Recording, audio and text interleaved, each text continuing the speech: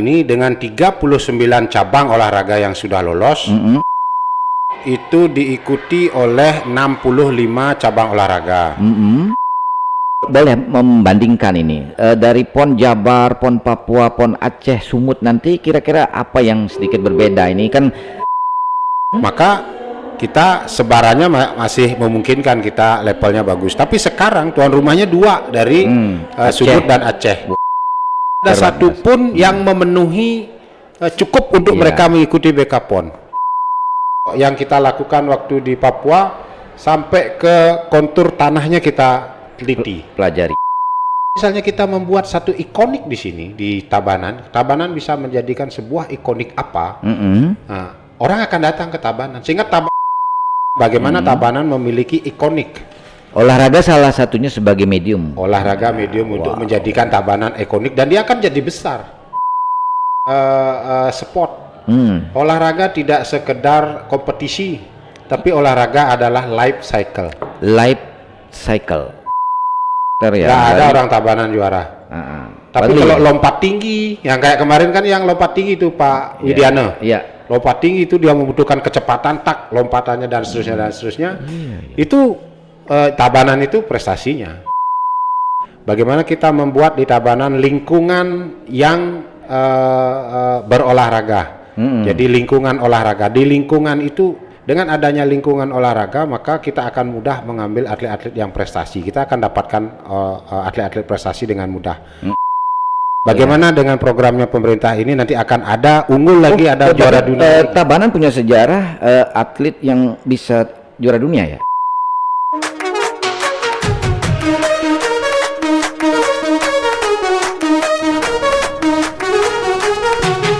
Salam olahraga di Tabanan Sport Podcast.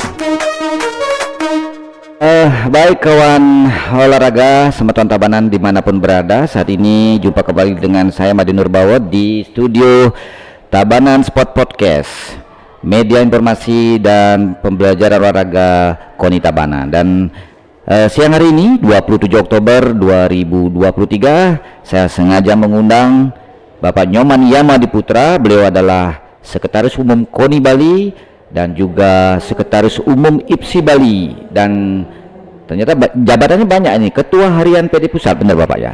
Iya, beliau hadir di Tabanan, tepatnya di Gor Debes ini dalam rangka kejuaraan silat persediri, yang mana saat ini ada kejuaraan cabang yang ke-12. Boleh kita bincang-bincang sejenak ya? Sebelum mulai kita minum dulu deh, boleh ya? Ya, ini selaku Sekom KONI Bali, walaupun kita sama-sama KONI sebenarnya, tentu tahun ini kan Bali sedang masuk dalam momentum pelaksanaan babak kualifikasi PON atau disingkat dengan BK PON. Kira-kira bagaimana Pak melihat ini geliat prestasi olahraga Bali secara menyeluruh? Kalau kami kan dari Tabanan saja, kalau dari Bali seperti apa? Per hari ini, ya. Jadi peningkatan prestasi daripada atlet-atlet kita yang dari PON 2021 kemarin kita hanya meloloskan 235 atlet. 235 ya. Per hari ini dengan 39 cabang olahraga yang sudah lolos, itu sudah ada 414 atlet. Meningkat, lumayan meningkat ini. Hampir 90%. Wow. Oke, kemudian terkait dengan peluang, apakah Bali kira-kira berhasil mempertahankan peringkat 5 waktu di Papua ini? Kalau dari peluang, saat ini kita memiliki peluang meraih medali itu sebanyak 192 nomor. 192 nomor. Nah, kita atlet-atlet kita yang lolos di 192 nomor sampai saat ini, karena masih ada 12 cabang olahraga belum menyelesaikan BK PON-nya. Totalnya berapa cabang olahraga yang ikut BK PON? Total PON itu diikuti oleh 65 cabang olahraga. Tapi Bali tidak ikut di beberapa cabang olahraga. Yang kita mengikuti hanya di 55 cabang olahraga. Iya. Dari 55 cabang olahraga, 39 sudah lolos, 12 masih ada BK PON belum selesai. Kemudian yang 4 cabur sudah tidak lolos. Iya. Itu ada 4, itu ada hoki, hapkido, bridge, itu sudah tidak lolos PON. Jadi ya presentasenya hanya 4 cabang olahraga yang tidak lolos. Dari 55 cabang olahraga yang diikuti oleh Bali. Baik, itu tadi di persiapan babak kualifikasi PON ya. Tentu teman-teman di rumah, babak kualifikasi ini tentu penting sebagai tahapan seleksi menuju PON Aceh Sumut tahun 2024 ya. Jadi tentu semua atlet Bali berlomba mempersiapkan diri untuk bisa lolos. Nah ini sebelum lebih jauh lagi, kira-kira kalau boleh membandingkan ini dari PON Jabar, PON Papua, PON Aceh Sumut nanti, kira-kira apa yang sedikit berbeda? Ini kan teman-teman rekan-rekan atlet di rumah kan biar tahu ini ada nggak hal yang spesifik nanti dihadapi, termasuk hal-hal non teknis kecabangan misalnya. Yang berbeda itu adalah peningkatan nomor yang dipertandingkan hampir 150%. Nomor pertandingan. Dulu waktu di Papua nomor yang dipertandingkan itu hanya 618 nomor. Sekarang 1033 nomor. Jauh sekali, hampir 150% meningkat. Nah, jadi itu mengakibatkan bahwa untuk raihan medali kita itu kalau kemarin hanya dengan 29 medali emas, Bali akan bisa kemarin bisa bercokol di ranking 5. Nah, sedangkan besok dari 29 itu dari 618 medali yang ada. 618 itu hampir 68% itu dikuasai oleh Jawa. Hanya 3 Jawa itu, DKI, Jawa Barat, Jawa Timur. Jadi sekitar 400 medali itu diambil oleh Jawa. Nah, sedangkan 31 provinsi lainnya hanya memiliki kesempatan merebut 300-nya atau 200 sekian lah. Sekitar gitu. 32% sisanya. Itu saja yang diperebutkan, sehingga dengan sebaran hanya 29 medali kita bisa di ranking 5. Nah, kalau sekarang perbandingannya ada 1033 yang dipertandingkan, jadi medali yang dipertandingkan. Kemudian sebaran medalinya itu kalau katakanlah kalau misalnya dengan pola yang sama dengan 60% diambil oleh Jawa, maka 600 medali akan diambil oleh Jawa, akan ada 433 medali lagi yang diperebutkan oleh di luar Jawa. Dari 433 ini akan diperebutkan oleh tuan rumah 2 Aceh dan Sumut, kemudian Bali, kemudian yang kemarin Jawa Tengah yang kita geser. Jawa Tengah Bali itu, bersaing ya dengan Jawa Tengah itu kita geser hanya dengan 1 emas saja. Selisih 1 emas di Papua. Dan itu diakibatkan oleh Jawa Tengah tidak main nomor-nomor andalannya dia. Kalau persaingan provinsi di luar Jawa, Bali dengan provinsi di luar Jawa dari sisa tadi itu seperti apa? Nah, justru ini yang menjadi istilahnya pesaing besar kita. Pesaing besar kita biasanya di setiap event, di setiap PON, pesaing besar kita adalah tuan rumah. Kalau tuan rumahnya adalah 2016 itu Jawa, maka kita sebarannya masih memungkinkan, kita levelnya bagus. Tapi sekarang tuan rumahnya 2 dari Sumut dan Aceh. Kemarin waktu kita diskusi di Aceh sudah mematok medali sebanyak 55 medali emas. Aceh ya, tuan rumah. 65 medali emas. Sedangkan Sumut mematok 75 medali emas. Hampir 150-an lebih. Nah, artinya sekitar 120-130 lah. Itu mereka yang akan ambil. Tuan rumah yang akan ambil. Nah, jika kita melakukan akselerasi sehingga meningkatkan hampir 100% saja, berarti 29 kali 2 itu kita akan mendapatkan sekitar 58 medali. Itu akselerasinya 100% dari capaian PON kemarin. Maka dengan 58 medali masih berada 2 tingkat di bawah Aceh Sumut. Berarti hitung-hitungannya kita dengan maksimal Bali dengan meraih medali itu berada dalam kisaran 8 peringkat 8 dan 9 kira-kira ya. Ya kalau di ranking mudah-mudahan kita sih tidak kita tetap melihat daripada semangat atlet-atlet dan cabur kita pada saat mengikuti BK PON ini luar biasa sekali. Ini spirit yang menambah optimisme kita. Ya. Karena saya melihat atlet-atlet kita ini all out. Jiwa puputannya muncul pada saat BK PON kemarin yang sudah ini saya lihat. Termasuk cabang-cabang olahraga, pengurus-pengurus cabang olahraga all out. Kita support, kita anggaran untuk BK PON tidak ada satupun yang memenuhi cukup untuk mereka mengikuti BK PON. Iya, berarti mereka banyak yang mandiri, swadaya ya. Tapi kelebihan kita adalah kita melihat di Provinsi Bali ini sifat gotong royong kita sangat kental. Iya. Jadi gotong royong antara KONI Bali juga KONI Kabupaten Kota. Jadi KONI Kabupaten Kota juga ikut mendorong atlet-atletnya untuk memberikan stimulan untuk mereka bisa mengikuti BK PON. Iya. Kemudian cabang olahraga juga melakukan usaha. Itu menjadi modal yang luar biasa ya, gotong royong, keswadayaan. Ini kunci kita. Iya. Oke, kita tahan dulu. Jadi itu teman-teman di rumah dalam persiapan Bali menuju PON Aceh dan Sumut ini tentu ada tadi dibilang semangat gotong royong, semangat jengah Keramo Bali, khususnya olahragawan Bali ini tidak serta-merta karena semua terpenuhi biaya pelaksanaan BK PON, tapi mereka lebih banyak yang gotong royong juga, mandiri dan kerjasama, tentunya dukungan masyarakat dan orang tua atlet. Betul. Ini tadi Pak Yamo kan sudah cerita ada hitung-hitungan ini. Biasa itu dalam setiap event PON pasti setiap daerah melakukan hitung-hitungan terkait kekuatan kontingen masing-masing kan gitu ya Pak Yam ya. Dan Bali ini di PON ke-21 Aceh Sumut nanti tentu berbeda tantangannya dengan di Papua.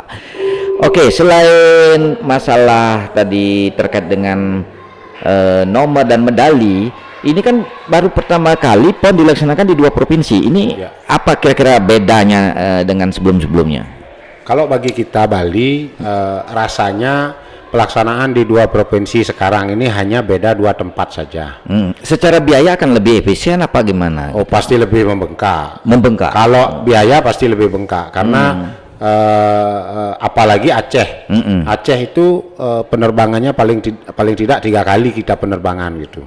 Dan dari Sumut ke Aceh itu tidak rutin penerbangan. Bisa jadi nanti kontingen banyak estafet ya dari beberapa kota menuju Aceh karena lumayan jauh ini di itu salah satunya faktor geografis. Geografis, tapi sebenarnya kalau kacamata saya pribadi, faktor geografis ini sudah kita alami di PON Papua kemarin. Sebenarnya di Papua itu lebih berat ya. Nah, karena Papua itu dilaksanakan di beberapa pulau malah. Ya. Jadi Merauke, kemudian Mimika, sama di Jayapura itu tidak bisa kita jangkau dengan darat. Ya. Harus kita jangkau dengan pesawat. Sedangkan kalau Aceh Sumut itu masih bisa dari Aceh kita tempuh dengan perjalanan darat masih bisa ke Medan itu walaupun mungkin waktunya hampir 1 malam gitu. Berarti faktor geografis, masalah transportasi ini pasti menjadi hitung-hitungan tersendiri bagi KONI Bali nanti sebagai leading sector ya untuk mengantarkan atlet Bali menuju PON Aceh. Nah ini kira-kira mohon maaf ini kan tahun politik di 2024 ini kira-kira apa pelaksanaan PON itu ada pergeseran atau masih tetap 2024 nanti? Seperti statement daripada ketua KONI pusat, itu hanya satu yang bisa merubah jadwal itu, instruksi presiden. Ya. Karena apa? PON 2024 ini yang sudah dipatok oleh presiden sekali, bahkan itu pada rapat terbatas di istana itu sudah dipatok tanggal 8 September 2024. 8 September bertepatan dengan Hari Olahraga Nasional. Sebelum Hari Olahraga Nasional itu karena beliau ada acara di tanggal 9 itu sehingga dipatok oleh beliau pembukaan masih di tanggal 8 September. Jadi kalau sudah presiden yang menentukan itu maka presiden juga yang hanya presiden juga yang bisa merubah jadwalnya. Maka sampai sekarang sebelum presiden memutuskan apa-apa, kita masih berkeyakinan bahwa itu tetap akan jalan. Tetap optimis ya. Kalau saya lihat juga dalam perkembangan berita-berita media dan sebagainya, memang sepertinya masih tetap ya. Jadi ini karena menyangkut konsentrasi atlet ya dalam persiapan diri ya. Dan tentunya ini PON adalah gawean multi event bergengsi di tingkat nasional yang persiapannya memang sudah jauh-jauh hari. Benar tadi disampaikan masalah tanggal, jadwal sebagainya ini harus ada kepastian ya. Nah, terkait dengan Penyus ya kan, Aceh dan Sumut tentu mereka mempersiapkan diri sebagai tuan rumah yang baik.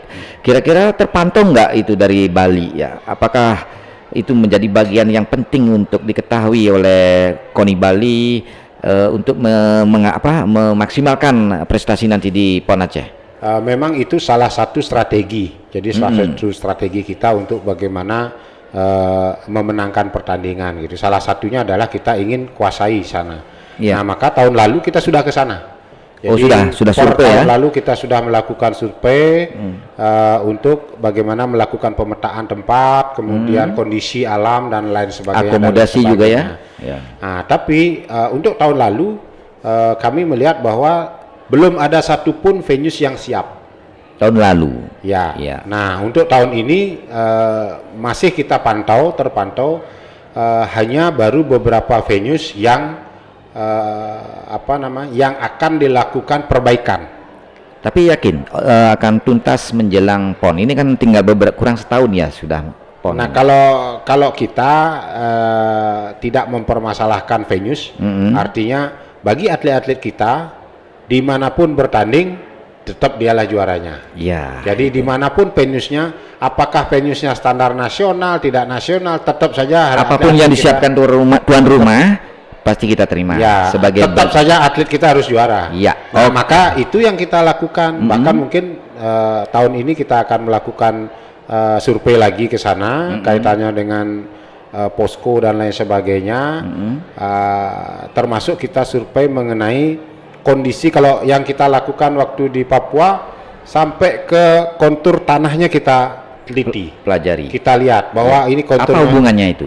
Nah, kita akan mengetahui bahwa kalau kontur tanahnya kering, maka atlet-atlet kita membutuhkan air lebih banyak. Itu salah satunya. Iya. Jadi, tapi kalau kontur tanahnya basah, atlet-atlet kita akan membutuhkan jaket lebih banyak untuk bisa melindungi diri dari nyamuk dan lain sebagainya. Jadi, hal-hal non teknis lain itu kita sudah perhitungkan lebih awal. Iya. Nah, sehingga itu salah satu hal yang kecil saja.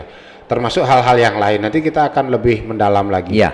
Jadi itu ya memang benar apa setiap pelaksanaan PON ada banyak hal yang harus diperhatikan, baik teknis non teknis, termasuk yang hal-hal yang sifatnya non teknis ya tadi itu. Nah, saya sedikit bergeser ini kan diskusi siang ini kita juga kaitkan dengan momentum Sumpah Pemuda ya. Sekarang 27 Oktober, besok adalah Hari Sumpah Pemuda, dan tentu bangsa Indonesia ini memperingati sebagai hari yang sangat bersejarah.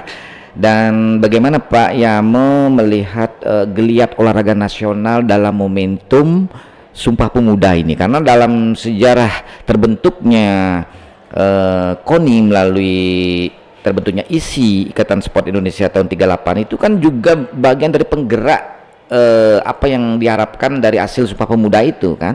Setelah 1928 itu ada Sumpah Pemuda, kemudian momen atau kegiatan olahraga menjadi sarana komunikasi pemuda zaman itu. Nah, ini tentu saya ingin mendengar sedikit apa arti penting keolahragaan nasional ini dalam momentum Sumpah Pemuda, tentunya untuk tahun ini khususnya, ke depan khususnya, dan tentunya ini penting ya bagi anak-anak muda khususnya Tabanan mendengar ini. Ya, justru kalau menurut saya olahraga ini implementasi daripada Sumpah Pemuda itu. Iya. Jadi bagaimana mengimplementasikan pemuda kita berbahasa satu? Melalui olahraga ya. Maka dia harus mengikuti olahraga di event-event olahraga di PON atau terbentuknya ISI di tahun 38 itu mengakibatkan bahwa pada saat kita bertemu di salah satu event, bahasa apa yang kita harus pakai? Nggak ada lain. Bahasa Indonesia. Bahasa Indonesia. Bagaimana kita menyatakan diri kita berbangsa satu? Maka salah satunya adalah kita mengikuti event-event di tingkat internasional. Pada saat kita mengikuti event SEA Games, Asian Games dan seterusnya, event-event maupun single event di internasional, maka kita pada saat emosional di sana kita akan merasa emosional yang sama bahwa kita berbangsa satu. Kita bangsa Indonesia. Berbahasa satu. Lu luar negeri lu lihat nih. Gitu kan, kau lihat ini bendera kita. Nah, ini uniknya teman-teman. Jadi bagaimana ini kan masih dalam momentum HUT KONI ya, 15 Oktober kemarin kita terkait juga besok adalah Sumpah Pemuda. Jadi bangsa ini yang terdiri dari berbagai suku bahasa yang terbentuk menjadi satu negara. Ya mungkin beda ya di satu suku terbentuk beberapa negara. Kalau kita banyak suku menjadi satu negara, tantangannya pasti beda. Nah ini menarik tadi bahwa olahraga sebagai implementasi Sumpah Pemuda. Saya setuju itu ya. Kalau kita lihat sejarahnya. Baik. Bahkan sampai ke sampai ke implementasi bertanah air satu. Bagaimana kita membela tanah air kita di sana? Pak Deknur, Pak Ketua bisa bayangkan pada saat bendera kita tidak dipasang dengan benar di tempat pertandingan di luar negeri, emosional kita muncul, ini tanah air saya, tidak boleh injak-injak dan lain sebagainya. Rasa nasionalisme kita muncul. Itu yang menimbulkan bertanah air satu. Jadi betul, implementasi Sumpah Pemuda itu melalui olahraga dan yang tidak kalah pentingnya itu, kalau yang didefinisikan sebagai di Undang-Undang Kepemudaan itu didefinisikan pemuda itu masih umur 40 masih didefinisikan sebagai pemuda, maka sebagian besar hampir 90% pelaku olahraga, event-event olahraga itu adalah pemuda. Kenapa? Betul. Karena hanya 10% dari semua cabang olahraga itu yang membebaskan segala umur. Yang cabang 90% cabang-cabang olahraga itu membatasi. Pasti pemuda. Pencak silat membatasi 35 tahun maksimal. Kemarin karate membatasi 25 tahun maksimal di PON dan seterusnya. Dan masih banyak cabur yang sangat muda udah 25 tahun ke bawah sudah ada ya. Sehingga itu mengimplementasikan bahwa pelaku-pelaku olahraga 90%-nya adalah pemuda. Jangan sampai 98%. Iya, itu teman-teman di rumah 90% olahragawan adalah pemuda ya. Dan ini sangat tepat kira-kira sangat tepat sekali kita siang ini bincang-bincang olahraga hubungannya dengan peringatan dari Sumpah Pemuda ya. Saya setuju karena saya baca sejarahnya, memang geliat olahraga di masa sebelum kemerdekaan itu memang menjadi kegiatan dan media penting bagi teman-teman pemuda waktu itu. Kalau saja tidak melalui media olahraga, Belanda melarang kita untuk kumpul-kumpul. Ya, waktu masa Bumi Putra ya. Tapi begitu kita melalui olahraga, tidak ada yang masalah. Jadi seluruh provinsi, seluruh bagian daripada Indonesia saat itu berkumpul melalui event olahraga. Jadi tidak ada masalah. Karena kalau sampai deklarasi PBB saat ini kita dapatkan bahwa olahraga adalah hak asasi manusia. Jadi olahraga hak asasi. Ya, sepakat. Ya, oke. Oke, minum dulu Pak Ramo. Jadi kita lumayan haus ini ya, ada apa-apa, santai-santai. Demikianlah teman-teman, jadi bincang kita dengan Sekom KONI Bali dan juga pengurus di sejumlah organisasi olahraga. Jadi tadi itu ya saya ulang, jadi Sumpah Pemuda dengan olahraga itu secara sejarah berhubungan erat, dan itu bisa kita buktikan dari jejak-jejak sejarah keolahragaan maupun jejak-jejak bagaimana bangsa ini terbentuk di masa lalu. Dan saya ingin geser lagi sedikit ini kan kebetulan Tabanan, bukan kebetulan ya, Tabanan November ini ada sedang mempersiapkan atau menyambut HUT Kota Tabanan yang ke-530. Kira-kira ada pesan nggak buat warga Tabanan, bagaimana kalau kita kaitkan dengan kepemudaan, kaitkan dengan keolahragaan dalam momentum HUT Kota tahun ini? Kira-kira seperti apa nih pesan buat adik-adik Tabanan lah? Kita kan sebagai KONI Tabanan tentu juga berupaya menjadikan olahraga ini sebagai perekat sosial, membangun karakter, SDM dan sebagainya. Yang jelas begini, olahraga ini adalah berbasic dari multidimensi. Jadi kalau kita mau dikenal, jadi Tabanan ini mendunia, makanya kenapa setiap event olahraga itu disebut kotanya. Jadi seperti SEA Games kemarin Kamboja, Phnom Penh, kotanya dilaksanakan di sekarang kayak di Asian Games kemarin Hangzhou. Nanti di Aceh Medan, Aceh Medan. Ya, Aceh Medan. Jadi kenapa disebut kotanya? Karena itu adalah salah satu bisa digunakan untuk branding kotanya. Kota ya. Sama seperti sekarang, kalau saya lihat, boleh Pak Dek Nur cek, seluruh Indonesia pada saat orang menyebut Petang di Bali, mereka akan bilang Tabanan. Kota Tabanan yang kebetulan Kabupaten Tabanan. Wah, lebih pas lagi ya. Artinya apa? Artinya jika Tabanan ingin dikenal di seluruh dunia, maka salah satu aspek yang bisa diambil adalah aspek olahraga. Jadi olahraga setia merekam perubahan kota. Bagaimana membuat Tabanan ini memiliki ikonik. Jadi itu menarik. Ikonnya Petang Bali itu adalah Tabanan. Itu salah satunya. Itu baru satu olahraga ya. Bagaimana kalau 45 olahraga yang ada di Tabanan? Sekarang pertanyaannya, siapa yang tidak tahu Juventus di mana dan lain sebagainya. Jadi Manchester di mana? Pada setiap orang datang ke orang jalan-jalan ke ada tujuan lain saja ke Belanda misalnya. Mereka ingin mendapatkan Ayak itu di mana gitu. Berarti cabang olahraga, negara, kota itu berhubungan ya? Berhubungan akhirnya dalam membranding, dalam hal mengenal antar wilayah, antar negara. Jadi benar ya. Sama seperti sekarang, kalau kita ingin mengetahui tentang bagaimana olahraga Olimpiade itu pertama kali digelar, orang akan datang ke Romawi. Ke Yunani. Datang di sana, tempat Athena itu, kemudian dia mengikuti ritual daripada yang pertama kali olahraga dilakukan. Ritualnya apa? Berlari di sana dengan telanjang. Olahraga sebagai ritual pada saat itu. Dan sekarang orang sengaja datang ke sana, bayangkan. Nah, kalau misalnya kita membuat satu ikonik di sini di Tabanan bisa menjadikan sebuah ikonik apa? Nah, orang akan datang ke Tabanan sehingga Tabanan akan dikenal di seluruh dunia. Bangga jadi orang Tabanan, nyambung. Otomatis. Pak Dek Nur bisa tanya, ada namanya juara dunia saya lupa namanya, dari Prancis. Dulu pada saat awal beritu ada lapangan petang di sini, dia sempat datang ke sini untuk memberikan pelatihan. Sampai sekarang mereka kalau ditanya petang di Indonesia di mana? Di Tabanan, kata dia. Otomatis Bali juga disebut, Indonesia juga disebut. Sehingga yang lainnya juga seperti itu harus terjadi. Sehingga kalau keinginan saya untuk di Tabanan ini, bagaimana Tabanan memiliki ikonik.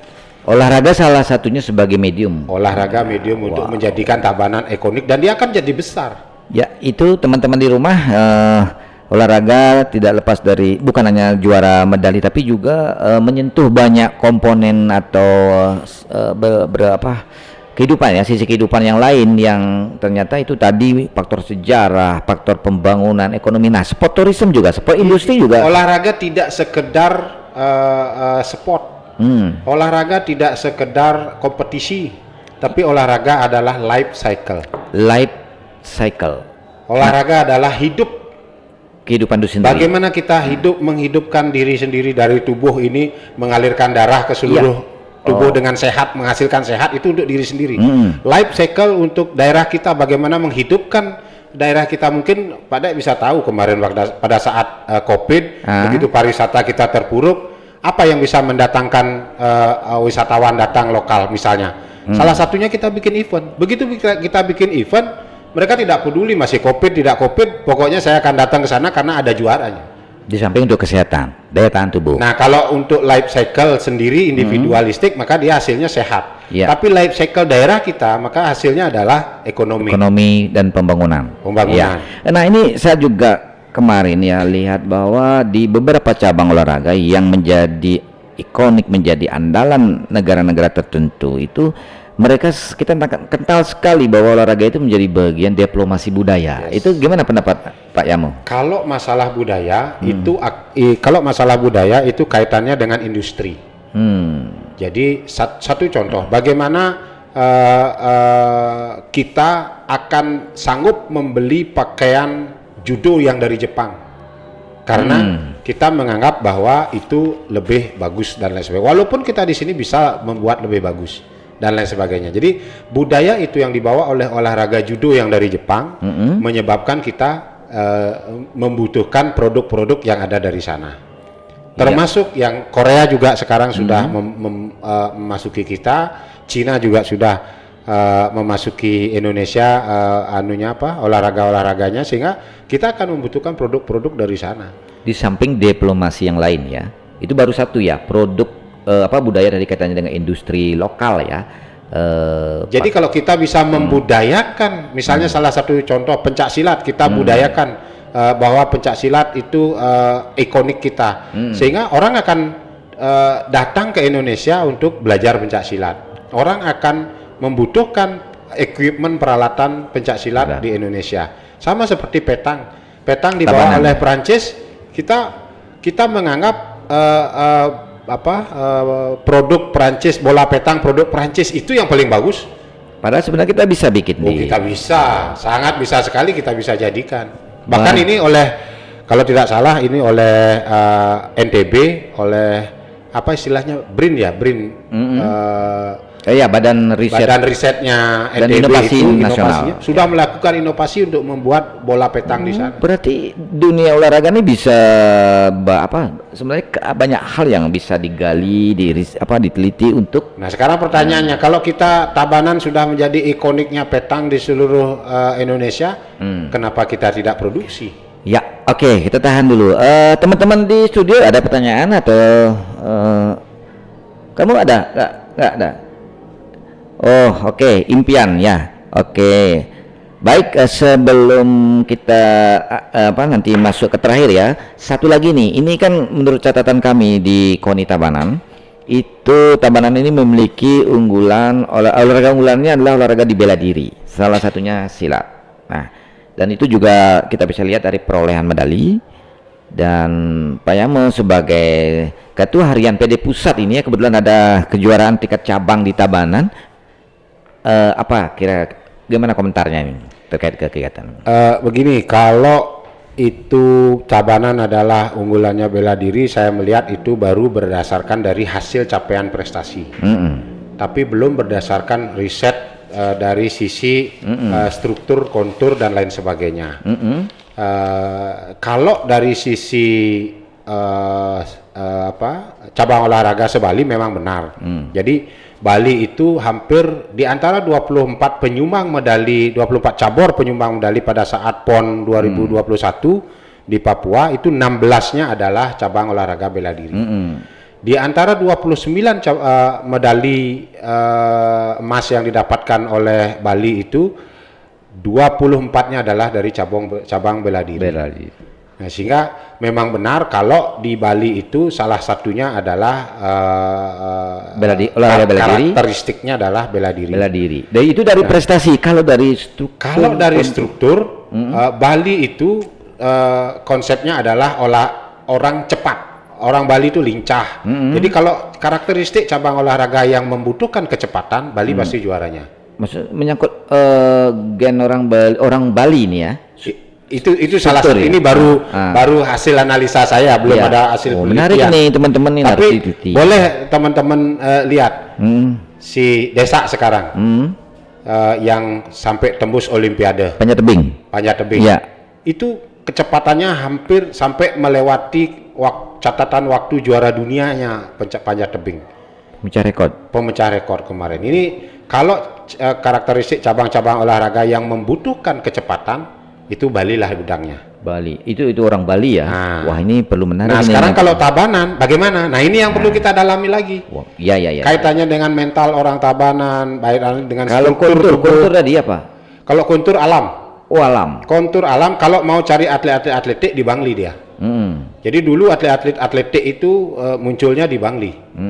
Nah, sekarang yang kita memiliki atlet unggulan Maria itu adalah lompat jauh. Kalau Tabanan apa nih kira-kira? Nah, ini yang perlu kita teliti lebih dalam lagi kaitannya dengan struktur daripada orang Tabanan. Nah, sehingga baru kita bisa simpulkan bahwa Tabanan itu adalah yang kita fokuskan nomor-nomor kaitannya dengan ini. Jadi kalau nomor pertandingan jarak jauh, pertandingan maraton 10 kilometer ya. Nggak ada orang Tabanan juara. Tapi kalau lompat tinggi, yang kayak kemarin kan yang lompat tinggi itu Pak Widiana. Iya. Lompat tinggi itu dia membutuhkan kecepatan lompatannya dan seterusnya. Itu Tabanan itu prestasinya. Ternyata bukan hanya bela diri Pak Dek. Ya, baik itu tadi ya, ternyata banyak sekali ya. Banyak sekali yang harus kita lihat, harus kita teliti kembali menyangkut sport science berarti ini ya. Menyangkut sport science, manajemen olahraga, manajemen organisasi olahraga dan sebagainya. Ini mohon maaf, saya sudah diingatkan nih sama kru karena waktu terbatas, karena sebentar lagi masih ada tugas yang lain. Terakhir nih Pak Yamo, apa nih harapan ke depan? Singkat saja. Dalam menyambut HUT Kota Tabanan dan juga Hari Sumpah Pemuda. Hari Sumpah Pemuda, kemudian impian saya bagaimana membuat Tabanan ini memiliki ikonik dalam bidang olahraga yang digeluti atau digemari oleh kepemudaannya. Karena bagaimana kita membuat di Tabanan lingkungan yang berolahraga. Jadi lingkungan olahraga, di lingkungan itu dengan adanya lingkungan olahraga maka kita akan mudah mengambil atlet-atlet yang prestasi. Kita akan dapatkan atlet-atlet prestasi dengan mudah. Jadi tidak kita butuhkan lagi hal-hal yang sifatnya hanya kaitannya dengan sarana prasarana dan lain sebagainya. Tapi kalau lingkungannya sudah berolahraga, lingkungannya sudah tepat untuk itu, maka kan tinggal ngambil saja. Kalau sekarang kalau kita lihat misalnya di Dangin Carik banyak orang berlari itu adalah hanya untuk sehat, jogging, bukan untuk prestasi. Tapi kalau kita bisa menciptakan di lingkungan Gordebes ini adalah lingkungan olahraga, orang yang datang di sini adalah ingin prestasi bukan hanya segar, maka tinggal kita ambil saja nanti besok bahwa orang-orang yang lalu akan menjadi ikonik. Jadi kalau tidak salah kemarin juga beberapa atlet-atlet dari kabupaten lain datang ke Tabanan untuk berlatih. Benar. Jadi kita tidak hanya memikirkan dari kabupaten lain karena kita tujuannya sama, bagaimana membela Bali di tingkat nasional dan internasional. Kita ingin bagaimana atlet-atlet di Amerika itu akan datang ke Bali berlatih di sini di Tabanan. Padahal banyak objek wisata juga yang sudah terkenal kan salah dari satunya. Tabanan. Itu salah satunya. Ya, ada Tanah Lot, Jatiluwe, Ulun Danu itu kan sudah menginternasional ya. Sehingga impian saya bagaimana olahraga menjadi trigger untuk pembangunan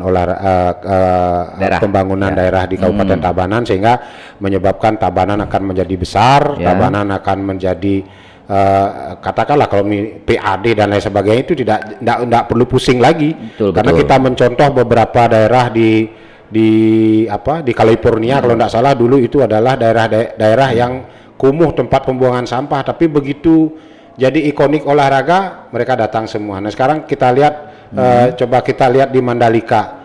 Itu dulu tidak ada yang melirik tanah orang. Ada yang menyebut Lombok mungkin ya. Dikasih aja minta tanah di situ nggak mau orang dulu gitu. Tapi sekarang jadi ikonik dia. Nah, bergengsi. Bagaimana Tabanan akan mengambil peluang daripada olahraga ini sehingga olahraga bisa menjadikan trigger untuk pembangunan dan kesejahteraan masyarakat. Oke, cakep Pak Yamo. Jadi demikian teman-teman olahraga dimanapun berada, khususnya di Pulau Dewata.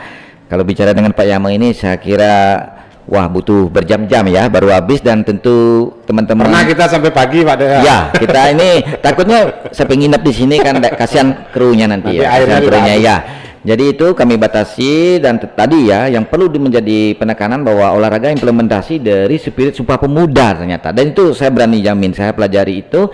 Dan juga bagaimana Tabanan ya sebagai tanah kelahiran kita, Tabanan sebagai kabupaten kecil di pulau yang kecil sebenarnya ini perlu memiliki ikonik secara pendekatan keolahragaan tadi, dan lingkungan SDM ini harus dikaitkan ya. Tentu ini sejalan juga dengan program pemerintah daerah Kabupaten Tabanan menuju masyarakat yang aman, unggul, madani. Unggul itu tadi kan prestasi juga, madani itu adalah bagaimana terintegrasi, ada perencanaan yang semua pihak bergerak menuju Tabanan yang lebih maju, aman, unggul, madani. tadi penting ya, ikonik ini penting ternyata nih. Mudah-mudahan itu yang kita perlu garis bawahi. Ya. Programnya pemerintah kita untuk unggul itu. Ya. Jadi untuk unggul ini yang sebenarnya cita-cita kita sejak dulu sampai sekarang. Sejak tahun 2000 baru ada satu juara dunia di Tabanan. Bagaimana dengan programnya pemerintah ini, nanti akan ada unggul lagi, ada juara dunia. Tabanan punya sejarah atlet yang bisa juara dunia ya? Pernah ya? Tahun 2000 ada satu atlet kita yang pernah menjadi juara dunia. Ternyata ini banyak yang tahu teman-teman. Ternyata Kabupaten Tabanan pernah mencatat salah seorang atletnya pernah menjadi juara dunia, dan atlet tersebut saat ini di depan saya. Selamat ya. Siap. Dan itu motivasi saya kira untuk adik-adik kita. Ya, betul. Bagaimana saya ingin sekali bagaimana besok akan ada mewarisi lagi bahwa akan ada yang juara dunia dari Tabanan lagi. Ya, itu. Semua cabang olahraga, tidak hanya pencak silat. Ya. Demikian, mohon maaf teman-teman di rumah, di studio, terpaksa kami batasi karena besok supaya kami ada peluang lagi mengundang beliau dalam topik yang berbeda. Tentu dalam momen bincang-bincang kita hari ini, kami atas nama KONI Tabanan, atas nama KONI Bali dan seluruh insan olahraga Pulau Dewata mengucapkan selamat memperingati Hari Sumpah Pemuda. Dan tentunya khusus untuk Tabanan kami mengucapkan dan selamat menyambut HUT Kota Tabanan yang ke-530 tahun ini. Dan tadi jangan lupa olahraga menjadi bagian penting mengembangkan daerah Tabanan. Baik, demikian dapat saya gimana ya, capek juga ya Pak. Nggak capek. Wah, capek juga sebenarnya ini. Ngobrol kan ini bertanya juga susah, Bapak juga Pak Yamo ini saya yakin beliau ini sudah luar kepala lah ya. Tetapi terpaksa kami batasi supaya besok ada yang kita bahas lagi, dan mohon maaf apabila ada salah kata, salah ucap, karena Tabanan Sport Podcast ini adalah media public public speaking, komunikasi publik dan juga kehumasan dan media. Ini media belajar untuk mengasah pengetahuan, menambah pengetahuan dan mengasah jiwa, mengasah pengetahuan. Begitu ya kira-kira. Ya. Kita tutup dengan salam olahraga Jaya. Selamat ulang tahun Tabanan yang ke-530. Jaya.